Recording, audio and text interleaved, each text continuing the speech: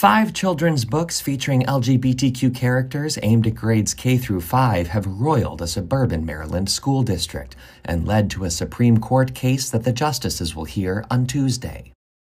Parents in Montgomery County who object for religious reasons want to pull their children from elementary school classes that use the books. Parents are not comfortable having their children exposed to these things at such an early age. I mean, we're talking about pre-K and elementary school kids. These are not adults or young children in their youth who are matured enough that the parents have agreed to put in these classes. These are kids that do not even know what the terms mean. The county school system has refused, and lower courts have so far agreed.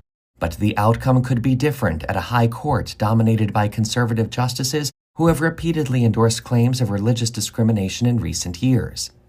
In this country, there's been a long tradition of recognizing that parents get to parent and direct the upbringing of their kids, and especially when it comes to the religious upbringing of their kids. And I think this case is an opportunity for the court to reaffirm that longstanding tradition. The parents argue that public schools can't force kids to participate in instruction that violates their faith. They point to opt-out provisions in sex education and note that the district originally allowed parents to pull their children when the storybooks were being taught, before abruptly reversing course. Our hope is that the justices see that this is a common sense. We're not asking for anything special, and that they restore the opt-out for parents so they can parent. In court papers, lawyers for the schools wrote that the handful of storybooks are not sex education materials, but, quote, rather tell everyday tales of characters who experience adventure, confront new emotions, and struggle to make themselves heard. And a 6.2 magnitude earthquake caused panic and hundreds of injuries in parts of Turkey today. Video shows the quake rattling the CNN Turk offices in Istanbul, people rushing from their homes or buildings and into the streets. More than 200 people were hurt. We're told some people experienced panic attacks. Others fell or jumped. Many in the region were already on edge because the city is considered at high risk for a major earthquake. Hi, my name is Shir Parrott. I am a breaking news writer and editor here at Jerusalem Post, and I'm here to update you about yesterday's Jerusalem fires. The fires that raged across central Israel yesterday were devastating and terrifying as over 100 teams of firefighters, military, police, and Hatzalah worked together to contain the blazes and ensure that no human lives were lost. Many Israelis were shocked to learn about the blazes that crossed highways and disrupted traffic for over 24 hours, but many of Israel's leading experts could tell you that this wasn't surprising at all. Yesterday's fires did more than just disrupt traffic and stop trains. They also saw the evacuation of multiple towns near and around Jerusalem and Beit Shemesh, and the injury of 3 firefighters and 17 civilians due to smoke inhalation. Currently, the leading theory is that the fires weren't started by negligence, but rather a combination of this week's extreme heat wave and hot winds that we've seen recently, blowing at speeds that have allowed the fires to spread. KKL-JNF's lead forester, Gilad Ostrovsky, explained that the Middle East is warming much faster than the global average. This means less rainfall and hotter heat waves and periods, and yes, more fires this summer. Israel's multi-front war has already cost us 200,000 dunams of open land throughout the country, with 20,000 of them being our forests. Thousands of acres of our natural environments were gone just like that, and we haven't even reached the hottest months of the year. This past February broke records for being the driest Israel has ever seen, meaning that yesterday's fire was likely just the beginning. KKL-JNF explains that forest fires aren't started, they're caused. Any one of us can help prevent the next fires by ensuring that we never leave an open flame lit. Every KKL campsite has designated areas for open flames and barbecues, but you must always be aware of weather conditions before choosing to light a fire. And maybe order pizza. Climate experts warn that fires are not the only threat to our country this summer. Air pollution is a serious issue in Israel, with us ranking in the top 20 globally for air pollution every year. Every year, thousands of people die from air pollution and its effects, and this year is expected to be no different. KKL and other climate experts offer advice online with resources of what you can do to better protect our planet. The question isn't whether we can afford to make these changes, it's whether we can afford not to.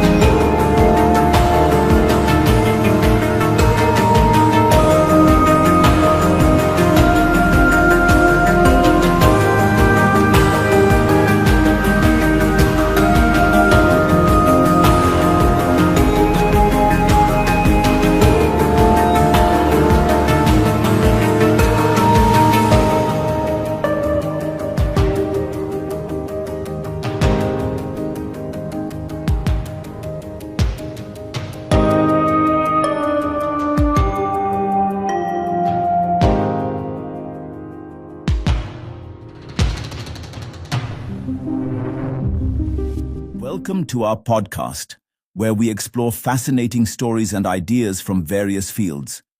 In this episode, we explore NASA links eclipse to Jesus' crucifixion date. A NASA discovery might be proof that the most famous biblical event did occur, and also tells the exact date it happened. Scientists at the Space Agency built an astronomical model that suggests a lunar eclipse turned the moon red over Jerusalem on Friday, April 3rd, 33 AD. This is the date people historically link to Jesus Christ's death. Science and religious texts have not been in alignment as much.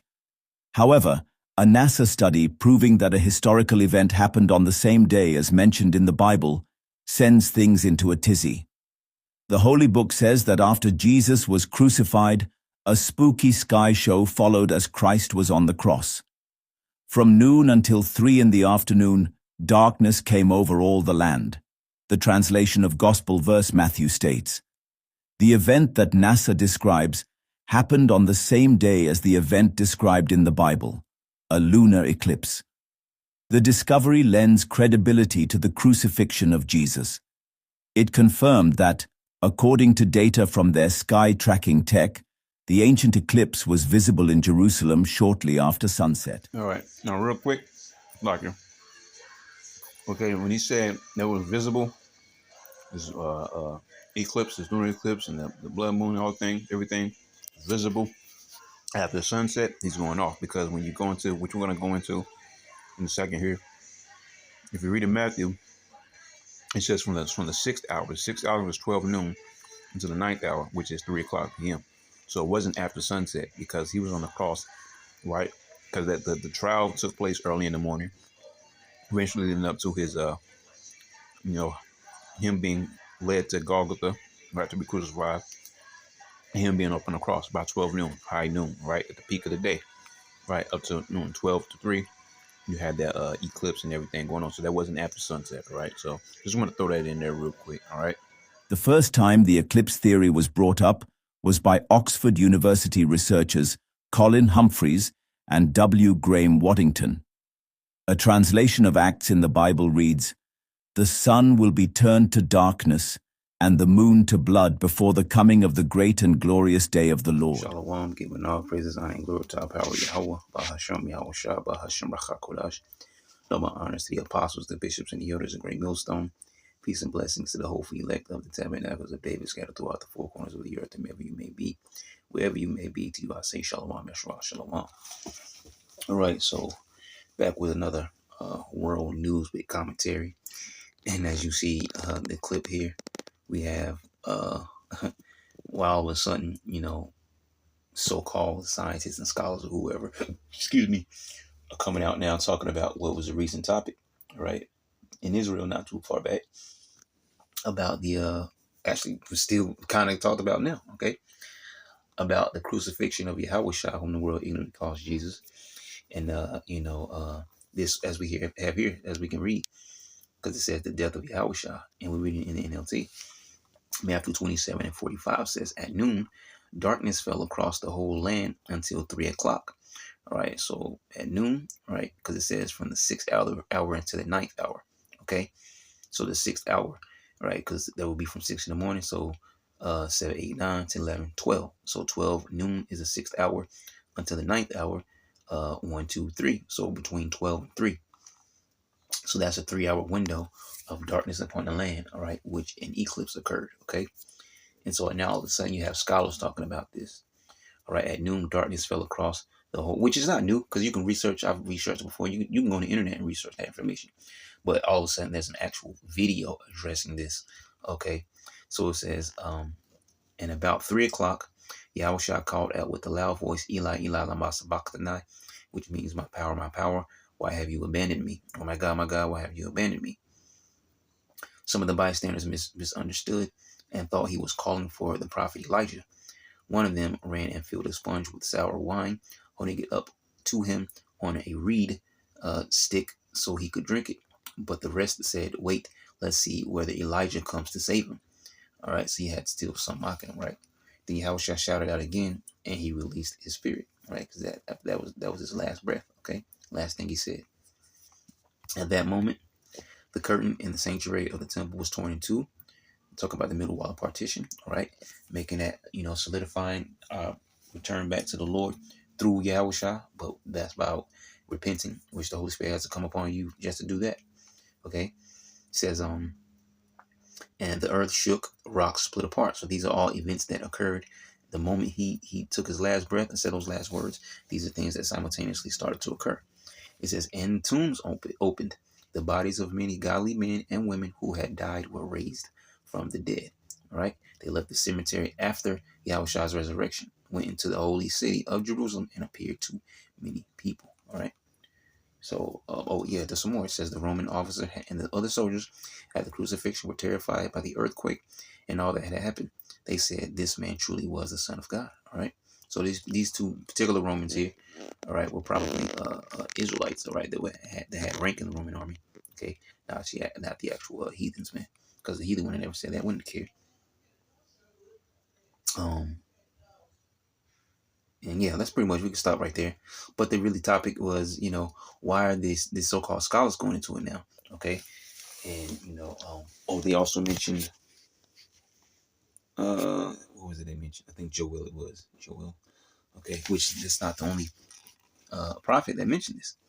Okay, but it talks about the moon. Oh, let me get the KJV so we can get it right. Moon turn into blood. As a matter of fact, I probably should have punched that up. Let me see here. Moon turn to blood. To blood. All right, so matter of fact, let's do B double up. B double. Okay. As a matter of fact, let me see. Let me go back. Because I want to see something here. Let me go back to Joel. Can I get back to Joel real quick? I'm going to go over here. I'm going to try to find it myself. It's further down here. Because I want to see something. I want to actually go get the tool bag real quick. Just bear with me a second here. Okay, here it is. Yep. At the bottom of the chapter. The day of the Lord Yahweh. And I will show wonders in the heavens and in the earth, blood and fire and pillars of smoke. Now we know what the scriptures tell us in Jeremiah 10, learn not the ways of the heathens and be not dismayed at the signs of heaven. All right, so we're supposed to take these things and different celestial events that go on, planetary parades and things of that nature, blood moons or things of that nature. All right, and different, not necessarily solar events, but cosmic events, we'll say. All right, and understand that these are signs from the Lord. To give us a sign of the time period we're living in, and maybe a thing that He's doing. Okay. It says the sun shall be turned into darkness and the moon into blood. Is that not what I just typed? Okay, anyways. It says, and the moon into blood before the great and terrible day of the Lord Yahweh will come. Now we know there was an eclipse, and it was probably a blood moon, all right, when the Lord was on the cross. Okay. And so now you have these same celestial events going on, which are also said the coming of the Lord. So before the Lord returns, and how is the Lord really going to make the visit on the earth? Through Yahushua, all right? So the coming of that day is going to be met also by celestial events, right? And we're seeing these things. So it says, before the great and terrible day of the Lord Yahweh will come, and it shall come to pass that whosoever shall call on the name of the Lord Yahweh shall be delivered. All right? The same thing from Acts 2, which says whosoever, but then it goes on in verse 21, it says all men of Israel.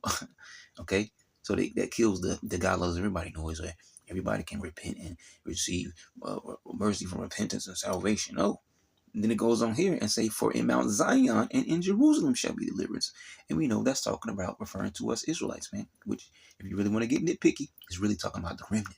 Those are going to be the ones that return. So it's as Yahweh had said, and as Yahweh had said, and in the remnant whom Yahweh shall call. The remnant, you see? And I went to get the tool bag. And I just noticed Blue there has changed up a couple of things here.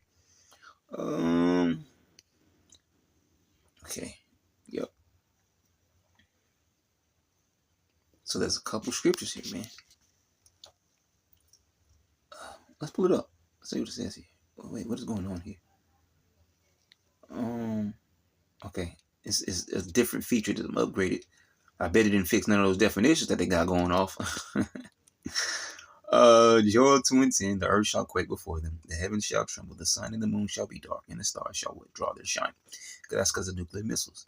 Joel 3:1, also World War. For behold, in those days, and in that time, when I shall bring again the captivity of Judah and Jerusalem, the sun and the moon shall be darkened, and the stars shall withdraw their shine. Right, same thing there, right? Isaiah 13:9, behold, the day of Yahweh cometh, cruel both with wrath and fierce anger, to lay the land desolate, and he shall destroy the sinners thereof out of it. Man, we talk about Babylon the Great, right?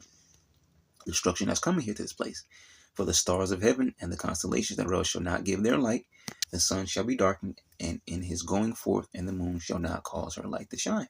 All right, so you go into celestial signs that are happening, all right, with the moon and everything else. Then you actually go into the war, and the nuclear missiles being, shot, right? So you have all these things that we're reading in all these scriptures here, okay? Here's another one, Isaiah 34:4. And all the hosts of heaven shall be dissolved, and the heavens shall be rolled together as a scroll. That's the nuclear destruction. And all their hosts shall fall down as the leaf falleth off from the vine, and as a fallen fig from the fig tree. For my sword shall be bathed in heaven. Behold, it shall come down upon Idumea, and upon the people of my curse the judgment. All right, that's destruction of Babylon the Great. And the people of his curse are the Edomites, man, the so-called white people. Here's another one back towards more so with the moon and everything, right? Matthew 24:29. Immediately after the tribulation of those days shall the sun be darkened, and the moon shall not give her light. Because this is talking about the end of Jacob's trouble, which is in America, which is going to be by nuclear missiles. Okay? So it says, and the moon shall not give her light, and the stars shall fall from heaven. The stars are talking about the nuclear missiles, man. And the powers of the heavens shall be shaken. See? So it's all going to the same thing, man. Matthew 27:45. Now from the 6th hour, that's what we just read there. Okay, that's going into the eclipse, right? Matthew 13:24. But in those days after that tribulation, you see, same thing there. After the tribulation, through Jacob's trouble, you got to make it into the kingdom. The sun shall be darkened, and the moon shall not give her light. And the stars of heaven shall fall, and the powers that are in heaven shall be shaken, because the nukes are flying. All right, Luke 21:25, and there shall be signs in the sun. All right, like we're talking about right now, okay? Celestial events, and in the moon, and in the stars, and upon the earth, which we also quoted Jeremiah 10, distress of nations. All right, you seeing happening. All right, it's going to get even worse. All right, with perplexity of the sea and with the waves roaring. All right, Revelation 6 and 12 and verse 13. 12 says, and I beheld when he had opened the sixth seal, and lo, there was a great earthquake. Bear with me, somebody's knocking at the door. Okay. So we were reading Revelation 6 and 12, and I beheld when he had opened the sixth seal, and lo, there was a great earthquake, and the sun became black as sackcloth of hair, and the moon became as blood, and the stars of heaven fell into the earth, even as a fig tree casteth her untimely figs when she is shaken of a mighty wind. So you had all these prophets saying the same thing. All right, different prophets, Old Testament, New Testament, same thing. The moon turning to blood, the darkness, the missiles, and this and that. They just explain it in their own way, explaining the same prophecy in their own way, like we do today. We all break down the same prophecies, but we just may speak about it in a different manner. All right, we all break it down the right way, just may speak about it differently. One of those major things, like the microseha. We may have all different ways of explaining it, but we explain it the right way, let you know exactly what it is. So this is no different here. And there was another section here. I'm gonna have to get used to this new thing. What is this? Okay, actually, no, I didn't want to do that. So yeah, I'm gonna have to get used to this. Let me go back to cross-reference. And there was this second set here. Let's see what it says. Zephaniah 1:14. The great day of the Lord Yahweh is near. It is near, and has hasted greatly, even the voice of the day of Yahweh. The mighty man shall cry there bitterly. That day is a day of wrath, a day of trouble. That's talking about Jacob's trouble. Jeremiah 13:7, Daniel 12:1, and then the chapters of Ezra, like 15 and 16. All right, talking about those times of stress or distress. Well, yeah, stress too, right? The time of trouble, Jacob's trouble. But he shall be saved out of it. That's talking about the remnant. That day is a day of wrath, a day of trouble and distress, a day of wasteness and desolation, a day of darkness and gloominess, a day of clouds and thick darkness. You see. Okay, Peter said it, John said it, other prophets said it, Isaiah, all right, Joel, okay? We're all telling you the same thing, just like today, right? Just like back then, same thing today. Nothing new under the sun, because these are prophecies that have not happened yet, but we're living in those time periods, man. And all of a sudden, you got the scholars, which this has been a recent topic in Israel, and still recent, okay, still active. all of a sudden talking about, you know, the blood moon and the eclipse and, you know, and all these different things, all right, around the time of the Messiah and the date that they assume and all these different things. Now all of a sudden they're talking about it, right? It says a day of darkness and gloominess and a day of clouds and thick darkness, a day of the trumpet and alarm against the fenced cities and against the high towers. Malachi 4:1. All right, now the destruction scripture. For behold, the day cometh that shall burn as an oven, and all the proud yet, and all that do wickedly shall be stubble, and the day that cometh shall burn them up, said the Lord Yahweh of hosts, that it shall leave them neither root nor branch. Behold, I will have to read that one. But it's interesting how they didn't put Zechariah 14:12 in there, nor the one in Ezekiel where it says, I believe you hear Melchu, but those are also nuclear missile destruction scriptures, man. Okay? So I just wanted to read those different scriptures there, all right? And then we got some more because we went into the tool bag, okay? But yeah, so yeah, why is it, why are they all of a sudden talking about this thing here, okay? Why are they now putting it in there? I guess call it nudes, clips, whatever and whatnot, all right? And the prophets have been talking about it. But, you know, it is what it is, huh? So, Lord will you edify, get to the rest of the news, man. Shalom. Experts have had conflicting views over this passage and what it might refer to. It was spoken by the Apostle Peter 50 days after the crucifixion. Another forecast from the Old Testament, Joel issues an eerie warning. The sun shall be turned into darkness and the moon into blood before the great and terrible day of the Lord comes. Some historians believe that the passage refers to the return of Jesus Christ. However, Humphreys and Waddington studied it in depth and say it is about the spooky events that happened on the fateful day. Their research points to a passage in the New Testament. At his crucifixion, the sun was darkened, the stars appeared, and in all the world, people lighted lamps from the 6th hour till evening. The moon appeared like blood, reads a passage from the report of Pilate. They believe that the passage proves that the lunar eclipse that occurred on that day is the same as the one mentioned in the passage. NASA's revelation lends credibility to their research. They also point to Peter's quote, "The sun shall be turned into darkness," and state that it references Matthew and aligns with the 3-hour blackout reported in the Gospels. NASA stated, Christian texts mention that the moon turned to blood after Jesus' crucifixion, potentially referring to a lunar eclipse, during which the moon takes on a reddish hue. India's might in the Arabian Sea has just got a major boost. The Navy's flagship aircraft carrier INS Vikrant has been deployed, a pre-scheduled move. It comes at a time of escalating tensions with Pakistan. And not just this, INS Surat, India's latest guided missile destroyer, has successfully carried out a precision cooperative engagement against a sea-skimming target, showcasing India's evolving naval firepower.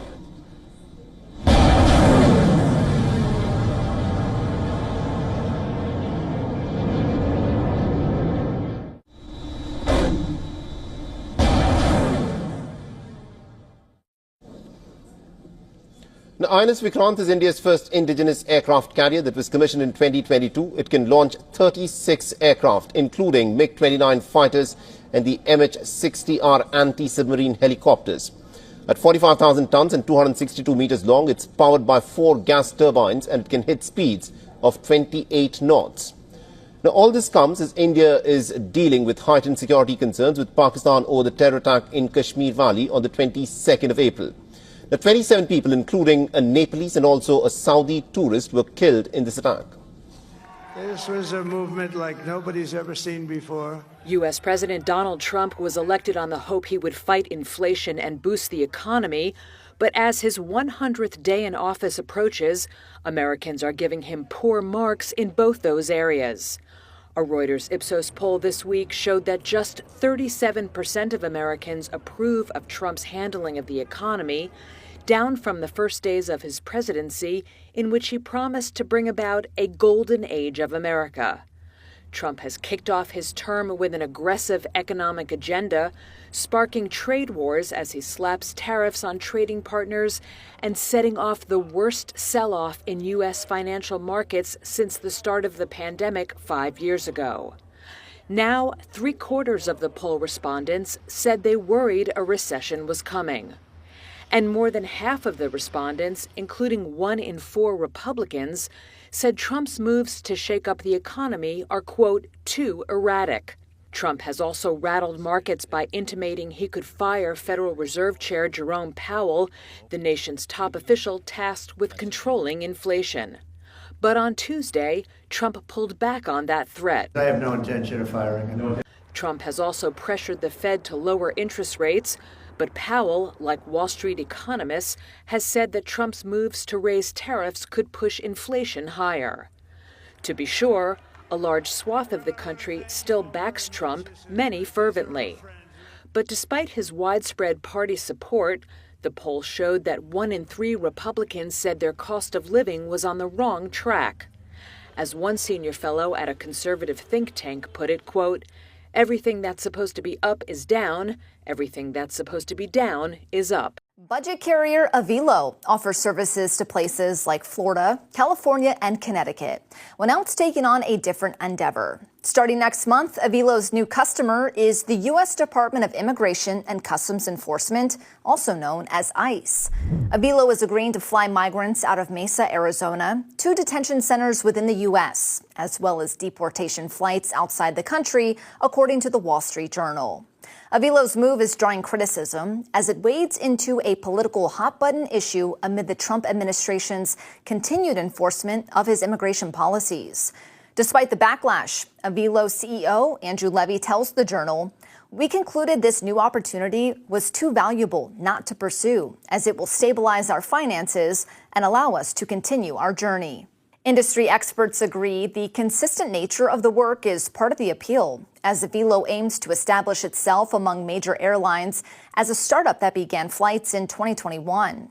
It also stands to make some money from the new business decision. The Journal reports that one carrier operating around 60 flights for ICE a month made about $4 million a week before filing for bankruptcy in 2023. The decision also carries risk. Connecticut lawmakers are vowing not to extend a break on aviation fuel taxes set to expire in June if Avelo moves forward with ICE. The union representing the airline's flight attendants also expressed concerns. They cite passengers potentially handcuffed or chained, leaving attendants unable to respond during an in-flight emergency. Activists are also targeting the airlines. More than 34,000 people signed an online petition calling for a boycott of Avelo if it doesn't pull back on its decision.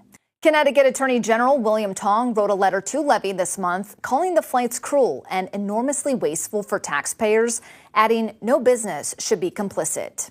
Avelo acknowledged concerns coming from protesters and Connecticut, saying it will be in contact with government officials. The Trump administration wants to see more babies born in the United States, and the White House is floating different ideas on how to convince families and women to make it happen. According to the New York Times, one idea is to give $5,000 cash to every American woman after they deliver a baby. Another idea is to set aside 30% of Fulbright scholarships for applicants who are married or have children or want more children. The Fulbright program is the U.S. government's flagship international educational exchange program. A third idea is to provide menstrual classes for women to teach them how to better understand their cycles if they want to become pregnant. Trump appeared to be on board with the $5,000 baby bonus when asked about it Monday by the New York Post in the Oval Office. "Sounds like a good idea to me," he said. He also signed an executive order expanding access to in vitro fertilization while calling himself the father of IVF. However, $5,000 wouldn't even cover the hospital bill for labor and delivery, especially for the uninsured. The current cost to give birth in the U.S. is estimated to be $32,000 on average before any potential insurance compensation, according to the National Partnership for Women Families. Trump confidant Elon Musk has long warned of the economic effects of a declining birth rate. He said it's something that keeps him up at night in an interview with Fox News' Bret Baier. You know, the birth rate is very low in almost every country. And it's something, unless that changes, civilization will disappear. America had the lowest birth rate, I believe, ever. That was last year. Places like Korea, the birth rate is 1/3 replacement rate. So that means in 3 generations, Korea will be 3 or 4% of its current size. And nothing seems to be turning that around. Humanity is dying. The ideas come at a time when the government is seeking for ways to incentivize women to have more children, as the birth rate has been declining over the decades.